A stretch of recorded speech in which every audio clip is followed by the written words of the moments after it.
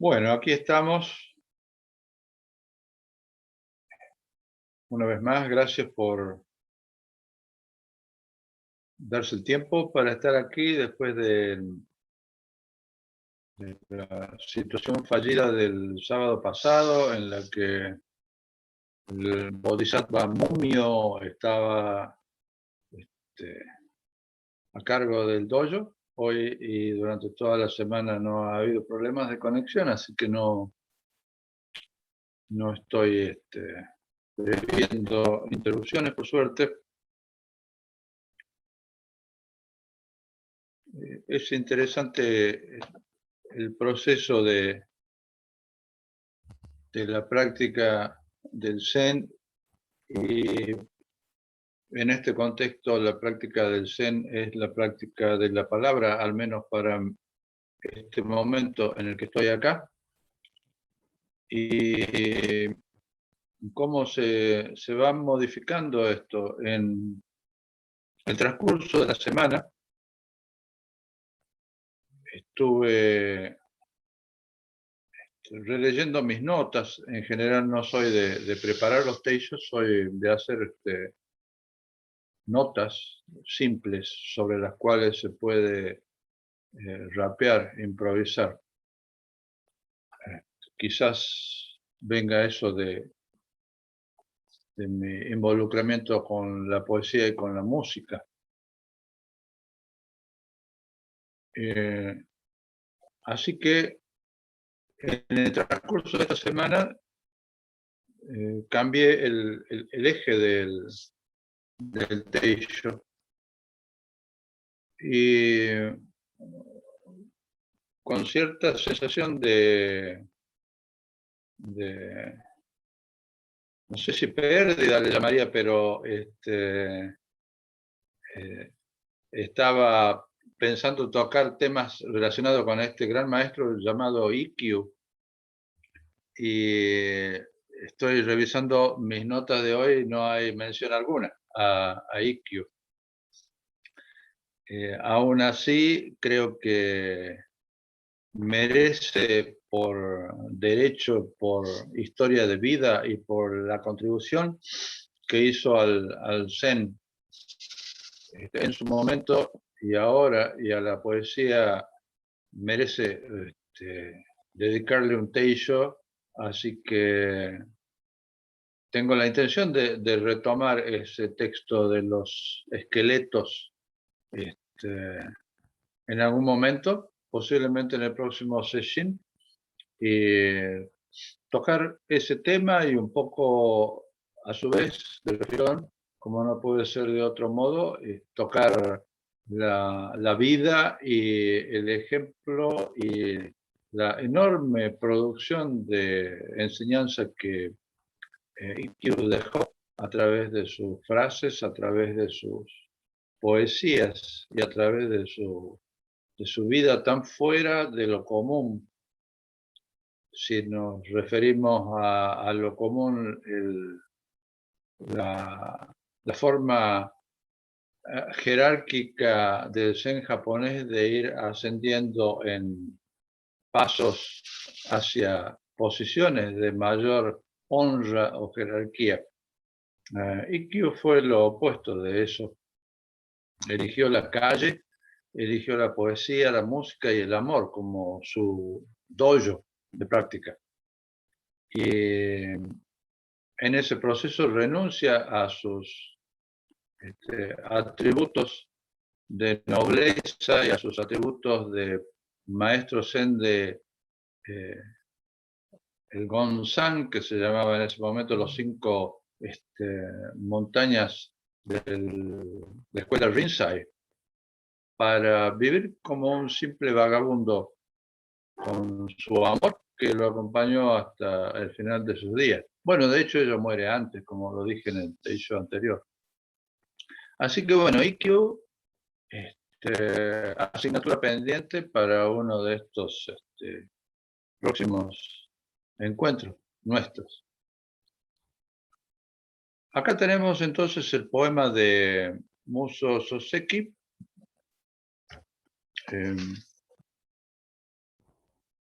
llamado La cascada de los 3 pasos. Es el mismo poema del sábado pasado.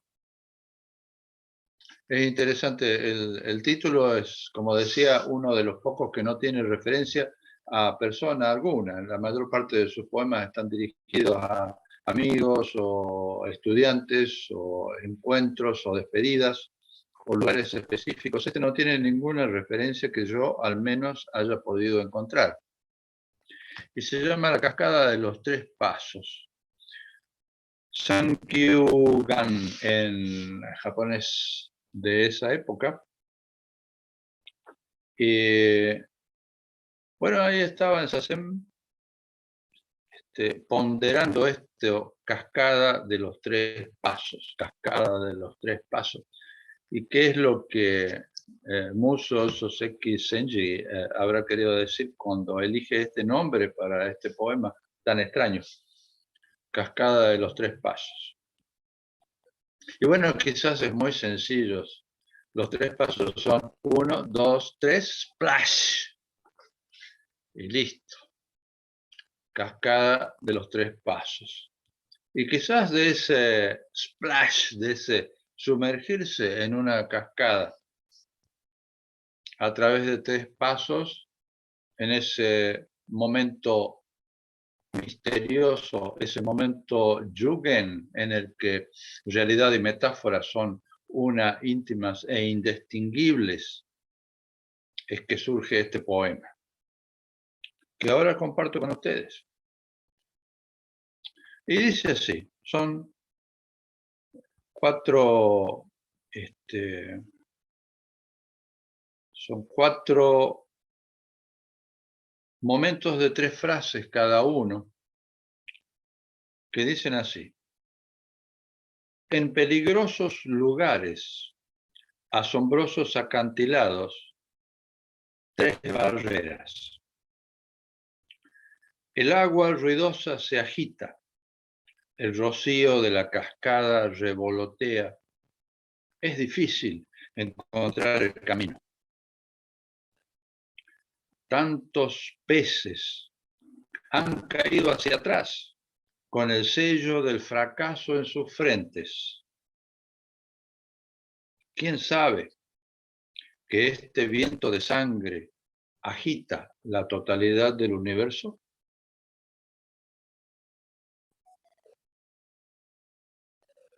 Nuevamente, en peligrosos lugares, asombrosos acantilados, 3 barreras. El agua ruidosa se agita, el rocío de la cascada revolotea. Es difícil encontrar el camino. Tantos peces han caído hacia atrás con el sello del fracaso en sus frentes. ¿Quién sabe que este viento de sangre agita la totalidad del universo? Agita o mueve son 2 posibilidades de traducción. Agita la totalidad del universo o mueve la totalidad del universo.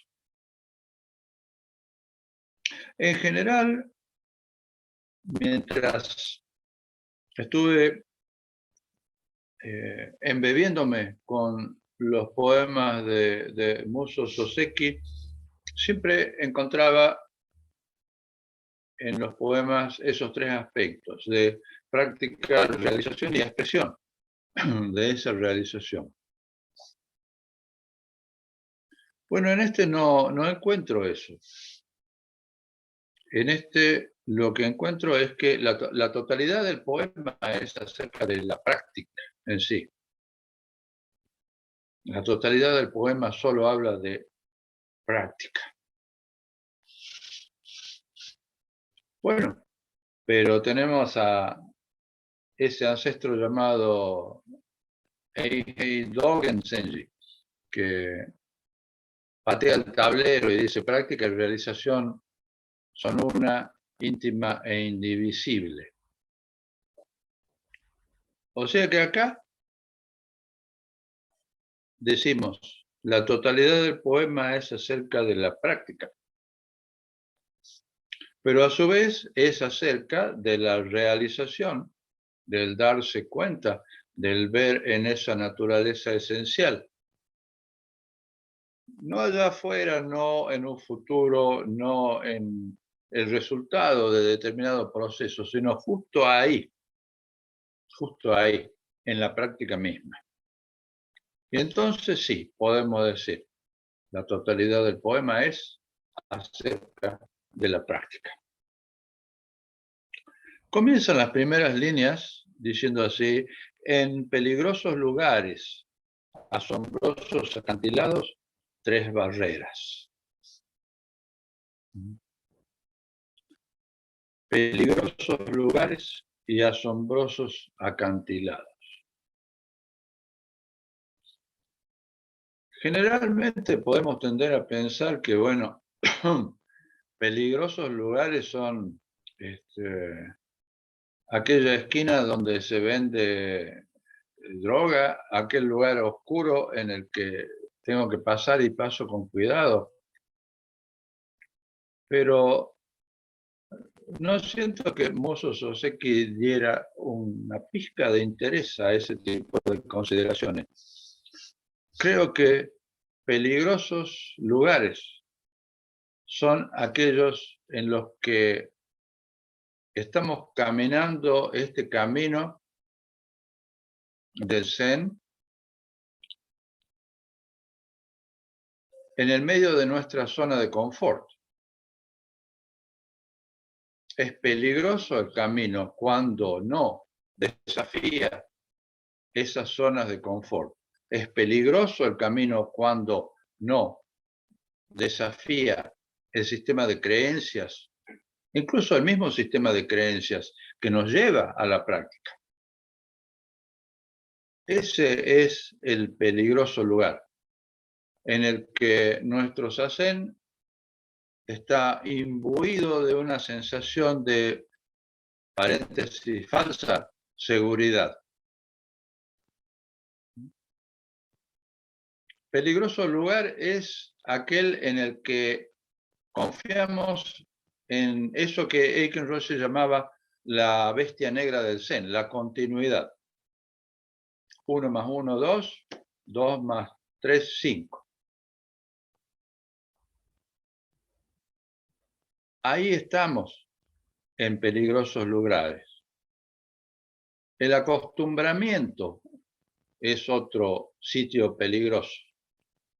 Cuando me acostumbro a Zazen, a la práctica Koan o a una relación, porque ese acostumbramiento impide realmente ver lo inesperado, lo que así surge, ese tathagata, que literalmente tiene ese significado, lo que así surge.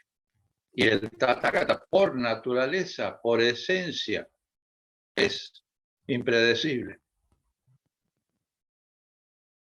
Entonces ahí no hay lugar para el acostumbramiento, para la continuidad, para el sentarse en esa zona de confort. En peligrosos lugares, asombrosos acantilados, dice acá Soseki Senji. Siento que esos asombrosos acantilados son otro de los momentos difíciles en la práctica y que son esos momentos de samadhi profundo, esos momentos oceánicos en los que todo es uno, en el que nos sentimos imbuidos de felicidad y de gozo. Asombroso acantilado. Esos maquios llenos de sentido que se pueden presentar en la práctica. Asombrosos acantilados que son parte del proceso de práctica. Más tarde o más temprano los vamos a ir encontrando en el camino. Pero proceso también está ligado a esa noción de continuidad que decíamos que estaba antes relacionada con el peligroso lugar. Proceso hay proceso es necesario, proceso da sus frutos genuinos, pero solo si se da en el contexto de lo que Dogen plantea cuando dice: cuando practicas el Zen hacia adelante, paso a paso, ten presente íntimamente que cada paso es igual en sustancia. La percepción de esa sustancia en cada paso, en cualquier dirección que sea, aunque nos haga tropezar, igual en sustancia. Práctica y realización íntimamente uno. 3 barreras, dice acá. En peligrosos lugares, asombrosos acantilados, 3 barreras. Se presentan 3 barreras. Y normalmente tendemos a pensar que la palabra barrera es algo que bloquea el paso en general. Pero la palabra barrera, kan, en japonés, ha sido uno de los más maravillosos koans en la historia del Zen, que ha dado lugar a experiencias de liberación, de libertad, de creatividad en grandes maestros. Para citar uno de ellos, Daito Kokushi, gran poeta, maestro Rinzai, contemporáneo de Mozo Soseki. 3 barreras. Así que no veamos barreras como algo que nos bloquea el paso, sino algo que tiene el potencial íntimo de liberar la creación, la visión, la personalización, la expresión de esa naturaleza esencial.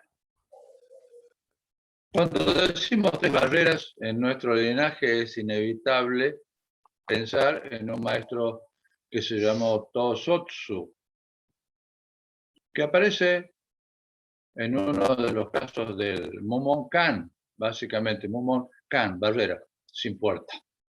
Texto de 48 koans y 2 más que son comentarios. Y así las 3 barreras de Tosotsu, que son famosas en la práctica del Zen, dicen así: el propósito por el que buscas entre las hierbas y malezas es encontrar tu verdadera naturaleza. En ese mismo momento, ¿dónde está tu verdadera naturaleza? Esa es la primera de ellas. La segunda es: si realizas tu naturaleza esencial, ciertamente eres libre de nacimiento y muerte. En el mismo momento en que tus ojos se cierran por la última vez, ¿cómo puedes ser libre de nacimiento y muerte? Y la tercera es: si eres libre de nacimiento y muerte, entonces sabes a dónde vas. Cuando los 4 elementos se separan, cuando te disuelves, sería así. Cuando los 4 elementos se separan, dime, ¿a dónde vas? Esas son las llamadas 3 barreras de Tosotsu que él usaba para verificar la comprensión y la expresión de esa comprensión en sus propios estudiantes, y estoy absolutamente seguro que también las usaría consigo mismo. 3 barreras. Dice acá Mozo Soseki. La primera de ellas, el propósito por el que busca entre hierbas y malezas es encontrar tu verdadera naturaleza. La primera de ellas habla de propósito. El propósito por el que buscas entre las hierbas y malezas. Eso de propósito que es tan cuestionado en algunas escuelas del Zen, como que Zazen sería sentarse sin propósito. Y estoy de acuerdo con eso. Pero uno se sienta sin propósito cuando es completamente uno, íntimamente uno, sin lugar para nada más, con ese propósito original que nos trae acá a escuchar este teisho y a hacer nuestro zazen día tras día. Tosotsu dice, la razón o el propósito por el que buscas entre hierbas y malezas es una metáfora en el camino del Zen para ilusiones, en general, apegos, ilusiones, todo eso. El propósito por el que buscas entre hierbas y malezas es encontrar tu verdadera naturaleza. Justo allí, en ese momento, ¿dónde está tu verdadera naturaleza? Y así la primera barrera que nos abre la puerta a esa libertad y creatividad se relaciona con eso, con el propósito, con las hierbas y malezas y con poder percibir práctica es esencialmente, íntimamente, realización, así como es. La segunda dice así, si realizas tu propia naturaleza esencial, ciertamente eres libre de nacimiento y muerte. En el momento en que tus ojos se cierran por última vez, ¿cómo puedes ser libre de nacimiento y muerte? La segunda barrera habla acerca de la libertad. Hay un koan allí por el Mumonkan que también toca ese tema. Un monje le pregunta a un maestro, ¿cómo puedo ser libre de frío y calor? El maestro dice, ¿por qué no vas al lugar donde no hay ni frío ni calor? El estudiante dice, ¿dónde está ese lugar? El maestro dice, cuando hay calor, mueres en el calor. Cuando hay frío, mueres en el frío. Eso de mueres en no es muerte como no vida. Esa muere en es esencialmente la gran vida. Es la gran vida del calor, es la gran vida del fuego que nos libera de calor y fuego. Hay calor y frío. Entonces acá nos dice Tosotsu, ¿cómo puede ser libre de nacimiento y muerte? Bien, práctica y realización son una, nos dice Eihei Dogen. Cuando hay nacimiento, solo eso, completamente nacimiento. Cuando hay muerte, solo eso, completamente muerte. Ahí tocamos el corazón de la gran libertad, de la gran vida, más allá de nacimiento y muerte. La tercera de esas barreras dice así, si eres libre de nacimiento y muerte, sabes a dónde vas. Cuando los cuatro elementos se separan, dime, ¿a dónde vas? Esta es dinámica, es acerca del ir, del moverse, de ¿a dónde vas? Cuando todo esto se desvanece, cuando conciencia, forma, todo se desvanece. ¿A dónde vas? Está preguntando acá el maestro Tosotsu. ¿A dónde vas con esa libertad, con esa realización? ¿A dónde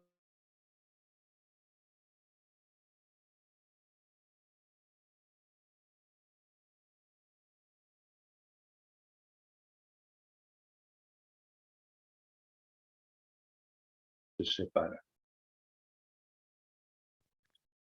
¿Cuándo sucede eso? ¿Cómo sucede eso? ¿A quién o qué le sucede eso? Esas preguntas son vitales a resolver, no a través de la conceptualización o la filosofía, sino a través de la vivencia. Y ahí sabemos precisamente a dónde voy, porque sé cuándo es ese momento.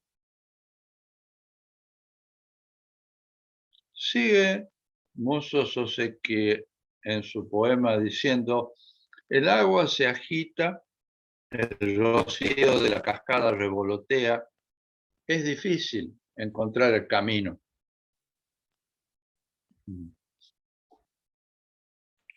El agua ruidosa se agita, el rocío de la cascada revolotea, es difícil encontrar el camino.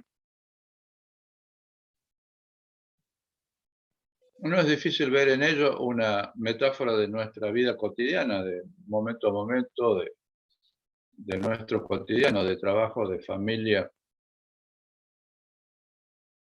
Agua ruidosa se agita, rocío de la cascada revolotea, es difícil encontrar el camino.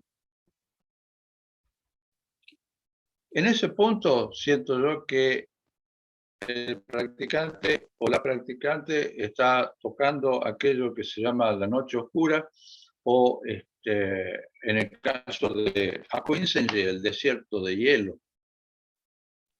Hakuin hablaba de haberse encontrado en su práctica en lo que él llamaba un desierto de hielo, que se extendía en todas las direcciones. Y Aiken Roche tiene algo interesante para decir acerca de eso que él le llama la noche oscura. Y dice así: a veces te encuentras a ti mismo en un lugar similar a un desierto, donde no hay ni una gota de agua, ni una brizna de hierba, ni una pequeña sustancia que te mantenga. Todo está seco y amenazante. No es una condición que sea peculiar al camino del Zen. Es una condición de gran promesa, muy prometedora. Tú estás caminando la senda con todos tus ancestros en el Dharma, y lo haces así como todos los peregrinos, todos y todas los peregrinos dedicados en la práctica, en todo sitio y tiempo.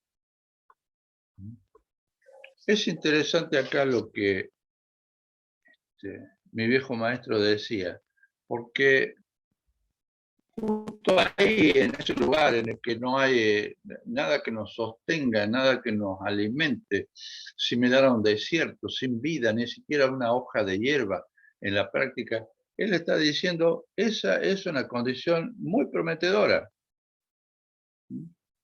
Ese es un momento muy prometedor en la práctica, no es un momento de desesperación, de depresión, de soltar todo. Él está diciendo, justo ahí, ese es un momento muy prometedor, caminando ese desierto de hielo al cual se llamaba, se refería a Hakuin. Y otra frase interesante es cuando él dice, estás caminando la senda con todos tus ancestros en el Dharma, como todos los dedicados peregrinos de la práctica en todo tiempo y espacio. O sea que esa noche oscura, ese desierto de hielo, puede parecer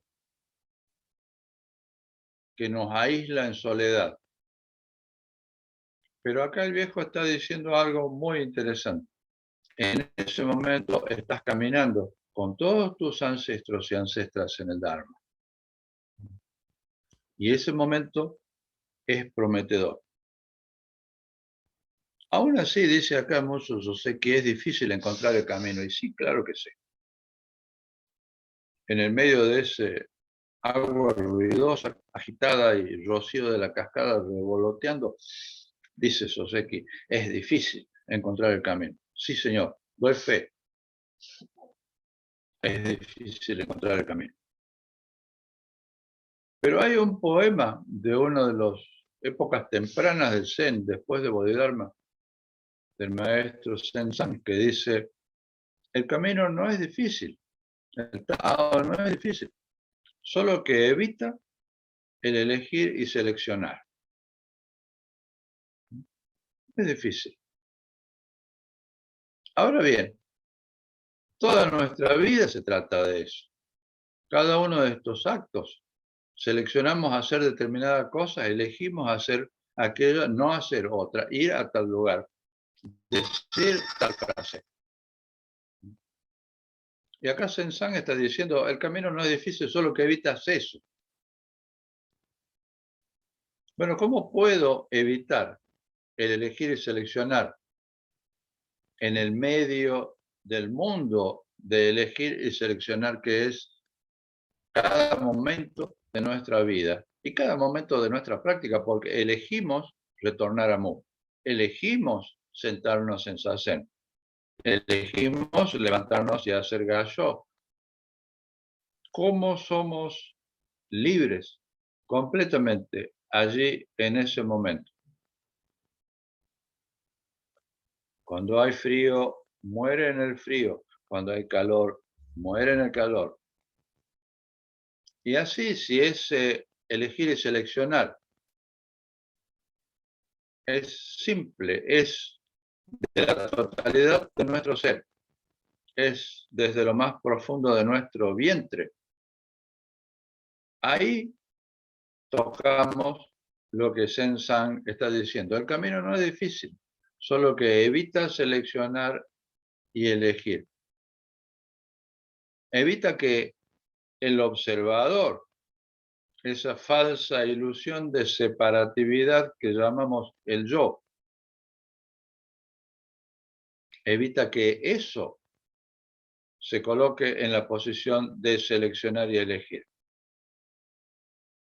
Y entonces el camino es fácil.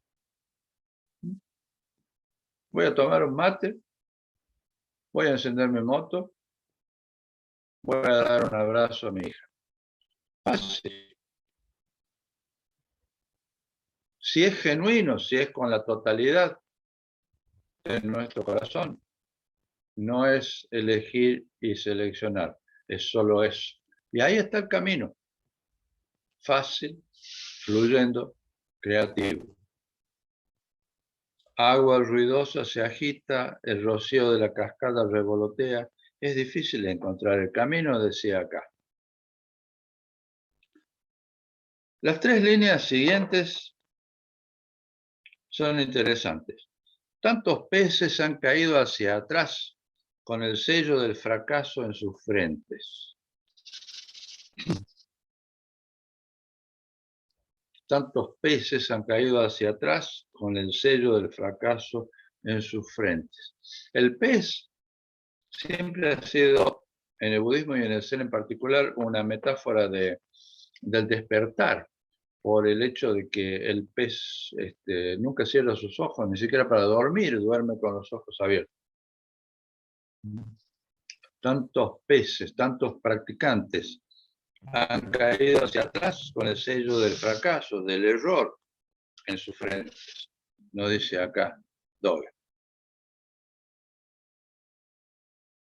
Y hay un texto que a mí me gusta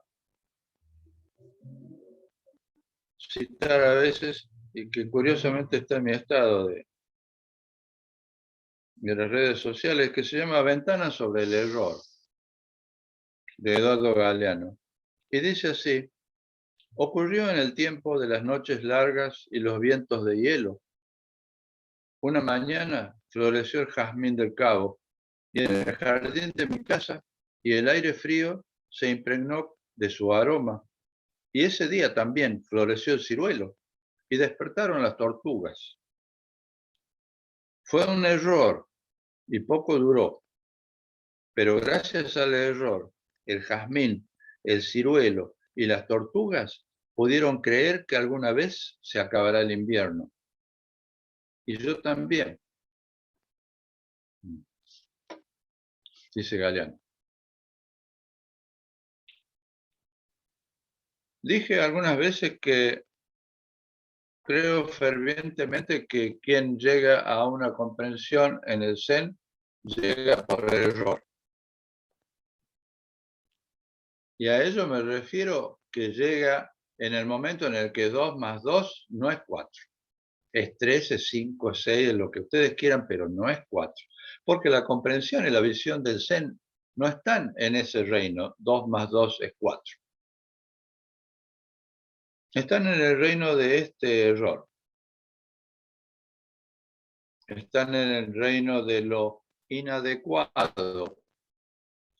Lo que surge, así como surge, que llamamos Tathagata y que por naturaleza es lo inesperado.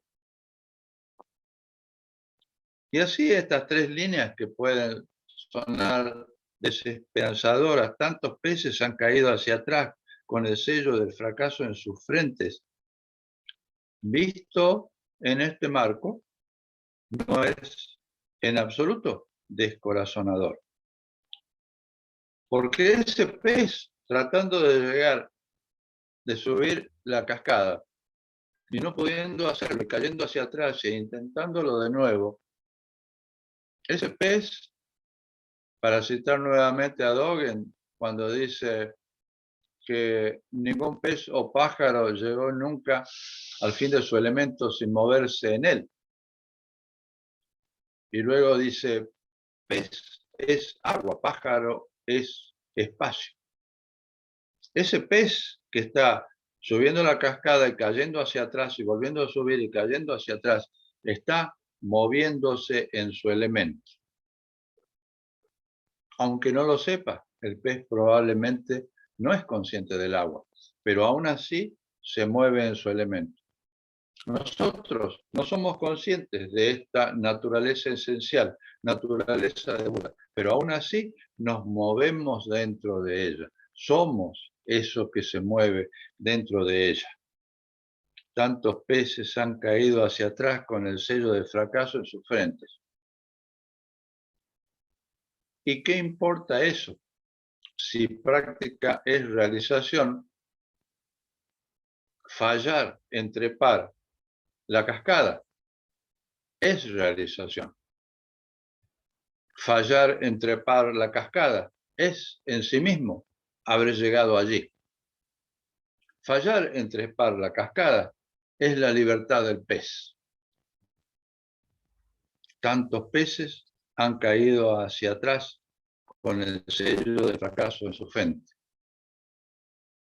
Porque como decía Fernando Aguirre, el cineasta, doy un paso y se aleja un paso. Corro hacia ella y corro y ella corre alejándose de mí. ¿Cuál es entonces el valor de la utopía, que dicho sea de paso significa no lugar? ¿Cuál es entonces? Bien, sirve para eso, sirve para caminar. La utopía no es un lugar de llegada, es un camino. Y eso es aplicable a la práctica también. Y esa es la libertad del pez cayendo hacia atrás, con el sello del error en su frente. Continúa acá el poema con las últimas tres líneas, que dicen, ¿quién sabe que ese viento de sangre agita o mueve la totalidad del universo? ¿Quién sabe que ese viento de sangre mueve la totalidad del universo? Viento de sangre puede ser una frase fuerte de escuchar. En realidad, no siento que se refiera a un viento de sangre empapándonos en sangre. Yo creo que se refiere a un viento de sangre en el sentido de vida. Sangre como vida, como corazón, como pasión, como ese hilo rojo al cual se refieren tanto en el campo del Zen. El hilo rojo del amor, de la pasión y del apego también. ¿Por qué no? ¿Quién sabe que este viento de sangre, esta línea de sangre, curiosamente al documento de los votos de orden de Yukai, así como al de transmisión Dharma, se le llama así, línea de sangre. Y es una línea serpenteante en tinta roja, uniendo todos los diferentes nombres de los diferentes maestros y maestras a través de los 2600 años del linaje. Viento de sangre. Esa transmisión Dharma, que no es un acto formal entre un maestro y un estudiante al que le autorizan a enseñar y bla, bla, bla, bla. Transmisión Dharma es lo que hace ese grillo cantando allí en el jardín. Transmisión Dharma es esta incomodidad y dolor en la rodilla en nuestro sasen. Ese viento de sangre mueve, agita, da vida a la totalidad del universo. Hay dos conceptos fundamentales que Dogen desarrolla en sus escritos. Uno es que ese viejo concepto de todos los seres tienen naturaleza de Buda no es aceptado por Dogen. Y Dogen plantea, todos los seres son naturaleza de Buda. Así como son. Todos los seres son naturaleza de Buda. Pero ese todos los seres es una palabra muy interesante en japonés, que es shitsu, con doble U. Shitsu quiere decir todos, pero no como la sumatoria, no uno a uno, todos los seres tienen son naturaleza de Buda, sino que ese ser vivo, que es todos los seres, y no solamente humanos, porque hay una profunda comprensión de la naturaleza deshomocéntrica en el Zen que plantea Dogen. Todos los seres, ese ser vivo que es todos los seres, y no solamente los que están viviendo en este momento, todos los seres de todo tiempo y espacio, son naturaleza de Buda. Y así nuestra práctica de Shikanta Asa o de intimidad con el Koan tiene que ver con eso, volverse completamente uno, una, con ese Shitsu, ese todos los seres como un ser vivo, habitando la totalidad del universo como cada uno de nosotros mismos. Lo otro que Dogen desarrolla es, conjuntamente con eso, cuando dice todos los seres son naturaleza de Buda, lo otro que desarrolla es que la impermanencia es la naturaleza de Buda. Y eso es muy interesante porque en el budismo tradicional hablamos de anatta, anicca y dukkha, siendo dukkha sufrimiento o insatisfacción, anatta siendo la no existencia de una entidad separada de todo lo demás, y anicca siendo el cambio, la impermanencia. Y en general entendemos que el camino es la liberación de ese sufrimiento y de esa impermanencia mediante la percepción de que no existe una entidad individual aislada. Dogen dice, la impermanencia es la naturaleza de Buda. Y así, en nuestro sasen, en nuestra vida cotidiana, podemos realmente ser uno, completamente íntimas, con todos los seres, que abarca la totalidad del universo en todo tiempo y espacio, y esta impermanencia, que es el pasar de este sonido que acabo de emitir, de esta respiración, eso es práctica, eso es realización, eso es expresión de esa práctica y realización. La pregunta sigue estando, ¿quién sabe que ese viento de sangre agita la totalidad del universo? ¿Quién presupone una persona? Preferiría yo ¿qué? ¿Qué es lo que realiza eso? Profundamente, íntimamente. Que ese viento de vida mueve y agita la totalidad del universo. Hay un poema con el que me gustaría terminar, que es de un personaje llamado Han Shan, Montaña Fría. Hanshan era una especie de vagabundo que se retiró en algún lugar de ese sitio llamado Montaña Fría, del cual toma su nombre, y tenía un amigo en el templo que se llamaba Shite. Y ambos eran bastante iconoclastas, se dedicaban a escribir poesía, contarse cuentos, reír estrepitosamente. Y cada uno de ellos en su tarea. Shite era el cocinero y Hanshan vivía allá en el monte y dejó un libro de poemas muy interesante.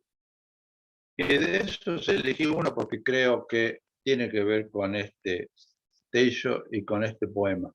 Y dice así: aquí hay un árbol más viejo que el mismo bosque. Sus años de vida desafían el cálculo. Sus raíces han visto el surgir de montañas y valles. Sus hojas han conocido los cambios de viento y nevada. El mundo se ríe de su tosco exterior y no aprecia el fino grano en su corazón. Desnudando corteza y madera, todo lo que queda es el corazón de la esencia.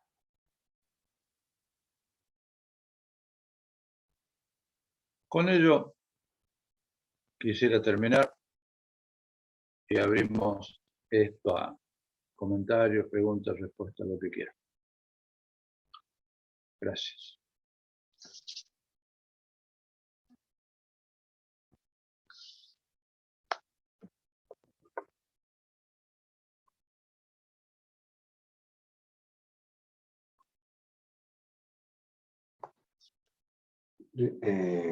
Muchas gracias, Rochi, por este techo.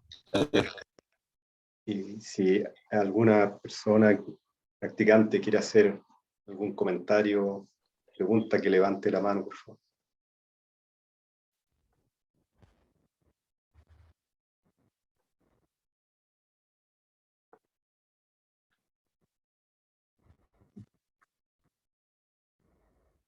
Adelante, Marco. Hola, muchas gracias, Augusto. Este no elegir o morir en cada acción o momento podría relacionarse con suspender la voz del juicio que emerge automáticamente en cada situación. O no dirías eso. No sé, es una pregunta. Gracias. Yo creo que la voz de lo que se llama la voz del juicio no es el problema. El problema es que uno entra allí y entonces existe un juicio acerca de. Si la voz del juicio es solo eso, la elección como tal, no sería un impedimento como tal, sería práctica.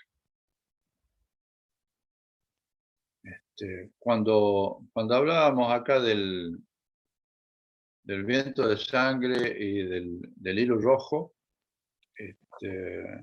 me acordé, no estaba pensando acá en la charla, en un viejo poema que escribí hace mucho tiempo y que lo republico en los años con la fecha porque me sigo sintiendo identificado con él y no siento que ocurrió allá en el tiempo, aunque sí ocurrió el 19 de diciembre de 1987 en Hawái.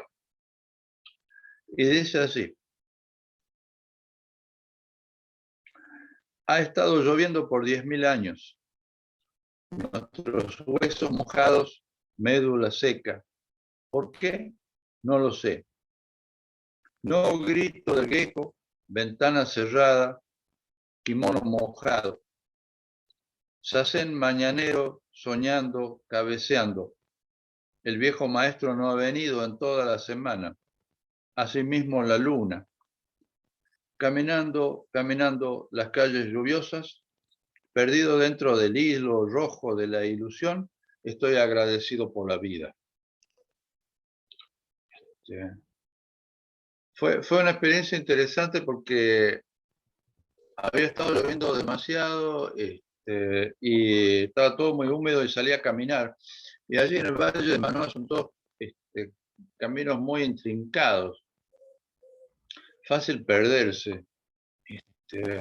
Así que terminé perdido en una calle sin saber cómo regresar al Sendo Cocoán. Terminé perdido y seguí caminando ahí y de repente encuentro un signo en una calle que se llamaba Zen, Zen Way. Me pareció muy extraño. Me metí en esa calle y tenía solamente una cuadra. Y al final había un cartel que decía sin retorno.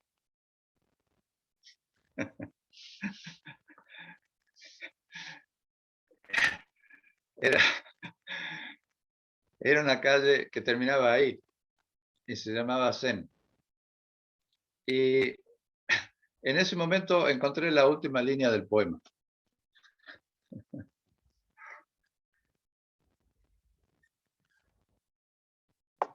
¿Puedes leerla de nuevo, la última? Sí. En realidad existe, si la buscan en el mapa, existe la calle Zen, ahí en Honolulu. El poema dice, ha estado lloviendo por 10.000 años. Nuestros huesos mojados, médula seca. ¿Por qué? No lo sé. No grito del gecko, ventana cerrada, manto mojado. Sacén mañanero, soñando, cabeceando. El viejo maestro no ha venido en toda la semana. Asimismo la luna. Caminando, caminando, las calles lluviosas, perdido dentro del hilo rojo de la ilusión, estoy agradecido por la vida. Hay alguien presente acá que dijo que iba a ponerle música a este poema porque lo había sentido como una canción.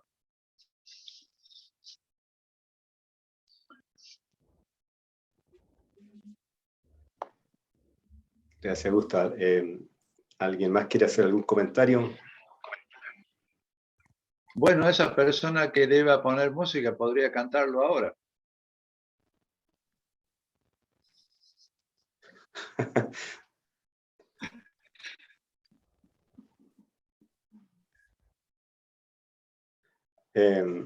Augusto, ¿ahí iba a decir algo, Marco?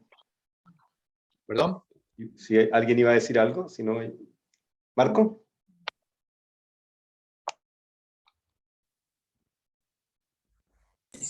No, me reía nomás por la invitación de Augusto. Gracias. Queríamos escuchar cantar. Sí. En un momento en tu techo, Augusto, mencionaste una palabrita ahí que dijiste cuando la metáfora se iguala a la realidad, que la encontré como muy vivencial, porque en el fondo es como si el poema se iguala a la vivencia, en el fondo. Y deja de ser como un texto de literatura o de imágenes alegóricas y se vuelve un hecho vivo. Y, bueno, pienso que tocar o habitar en esos poemas como en esa cualidad de hecho vivo, de vivencia, de metáfora que se vuelve realidad, ocurre en ciertos casos con ciertos poemas y en este caso, este poema que leíste y que fuiste comentando, realmente siento que trajiste la práctica realización al habitar ese poema. Se volvió como un corazón latiendo. Así que ese es un comentario más bien. Y vuelvo a ofrecer la palabra.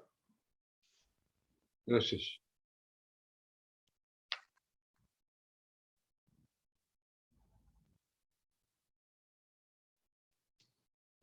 Y parece que no hay más.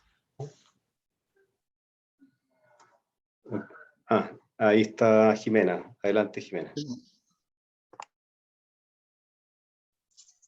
Mira, más que nada, hola a todos. Me quedó la verdad que quedé un poco confundida con respecto a lo primero que plantea Augusto en el tema de que te sientas zen y sin haber propósito, pero cuando se convierte en propósito y queda como como yo lo entendí, como esa monotonía de sentarte todos los días y estar ahí y ahí me quedé marcando ocupado con el tema del propósito. Esa palabra me confundió y quedé, me desestabilizó un poco eso de que no sé cómo explicarlo bien, pero espero que por ahí vaya la inquietud, no sé. Eso, Daniel, gracias. En realidad creo que el propósito siempre está en la práctica del Zen. Uno viene con un propósito a sentarse, se acerca a la práctica del Zen con un propósito, eso es natural. No recuerdo lo que estuve diciendo, pero en general creo que gran parte de la práctica es ser fiel al propósito inicial de nuestra práctica que nos trajo, más allá de todo lo que podemos ir acumulando a través del tiempo. Tretas para mantener bien la postura, koans que vimos o que no vimos, todo lo que fuimos ahí. El propósito el esencial es ser fiel a esa que Shunryu Suzuki llamaba la mente del principiante, la mente del comienzo. Y esa mente del comienzo es limpia, no tiene preconceptos, no tiene una dirección específica. Es la intimidad misma del no saber. Ese es el propósito. Y cuando nos salimos de ahí, entonces está posiblemente el problema, porque fíjate que la misma percepción de continuidad, de repetición, es una ilusión. Es absolutamente imposible repetir algo exactamente igual. Lo sentimos como tal, pero eso no es imposible, porque al momento siguiente no somos los mismos y el entorno no es el mismo y el contexto no es el mismo. O sea que siempre estamos creando, pero no lo percibimos así, lo percibimos como rutina, como repetición. Y es ahí cuando nos alejamos de la frescura del propósito inicial.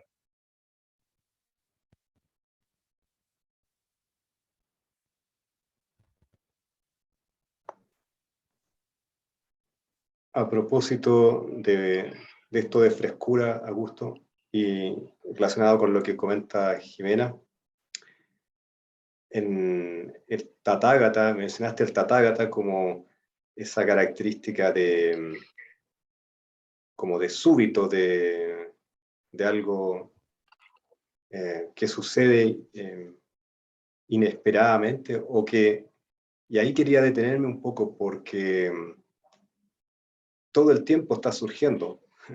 No especialmente en un momento surge algo, sino que constantemente está surgiendo. Y así como viene, así va, y no solo una cosa, sino muchas cosas, pero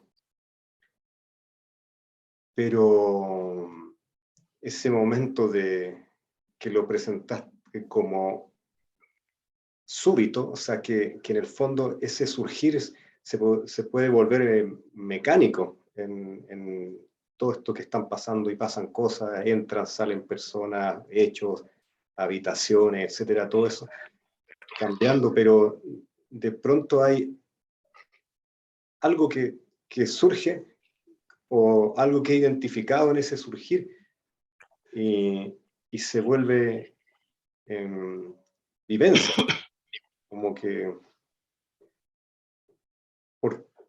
digamos, eso que quisiera que comentaras un poco, eso del Tathagata. Sí, es lo que literalmente significa la palabra. Tathagata significa lo que así surge. Y es el término que Siddhartha Gautama usaba para dirigirse a sí mismo. No se llamaba a sí mismo el Buda o Gautama, se refería a sí mismo como Tathagata. Creo que de un modo hermoso y bello, comunicando que era uno con eso, que así surge. Y como dices, Daniel, ese Tathagata está surgiendo constantemente y es el punto en el que Dogen plantea la impermanencia, es naturaleza de Buda, esto que surge impermanentemente, momento a momento, instante a instante, nano instante, fracciones de instante a instante. Ahora, hay algo que hace la diferencia entre continuidad o vivencia o realización, y eso es la disponibilidad. Creo que la práctica del Zen lo que hace es eso, colocarnos en disponibilidad. Estar disponible al canto del grillo, disponible a la brisa, disponible incluso a ese pensamiento molesto que viene, disponible a eso. Cuando eso está, cuando hay completa apertura, completa recepción de eso, ahí el Tathagata y el practicante se vuelven uno y a eso quizás le podamos llamar realización o naturaleza de Buda o anicca, impermanencia, como quieras.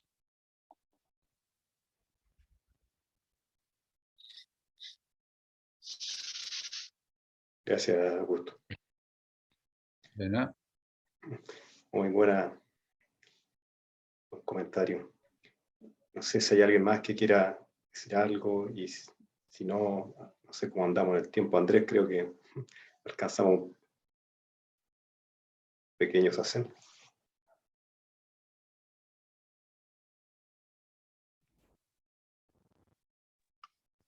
Estamos para un pequeño gran sazen. Eso. Okay, muchas gracias. Les quería comentar que hablando de vida, muerte, hilos rojos y vientos de sangre y todo lo demás, mañana voy a subir a las redes un trabajo. Para los que no tienen Facebook lo voy a poner acá en el sitio de WhatsApp, que es un link a algo que fue surgiendo para hablar del surgimiento de cosas a través de este tiempo de pandemia en el que por razones familiares me quedé solo acá en casa todo este tiempo. Y bueno, fue surgiendo un proceso de retomar algunas cuestiones relacionadas con la música, que es algo que me acompañó desde más temprana infancia. Y eso se convirtió en un proyecto que después pensé llamarlo y ahora ya lo llamo sí o sí. Así se llama Pandemia Blues. Y la palabra blues ahí tiene el doble significado, en inglés, que significa nostalgia o tristeza, y el blues como estilo. musical.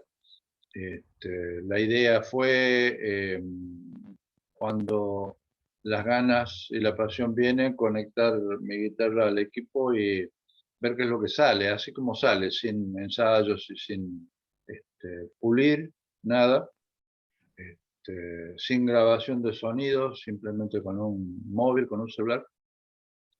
Y bueno, ya está terminando estas restricciones sanitarias, cuidados sanitarios, y me puse a recopilar los materiales y me encontré con que había una inmensa cantidad de material, hay como 2 horas y media de música, cosa que obviamente nadie va a escuchar. Así que elegí, no seleccioné, elegí así del montón al azar, unas 26, 28 piezas, y las subí a un sitio en el cual pueden escucharlas, bajar todo el álbum, bajarlas de a una, compartirlas en las redes sociales como quieran. Se llama así, Pandemia Blues, y cada tema está ligado a un poema.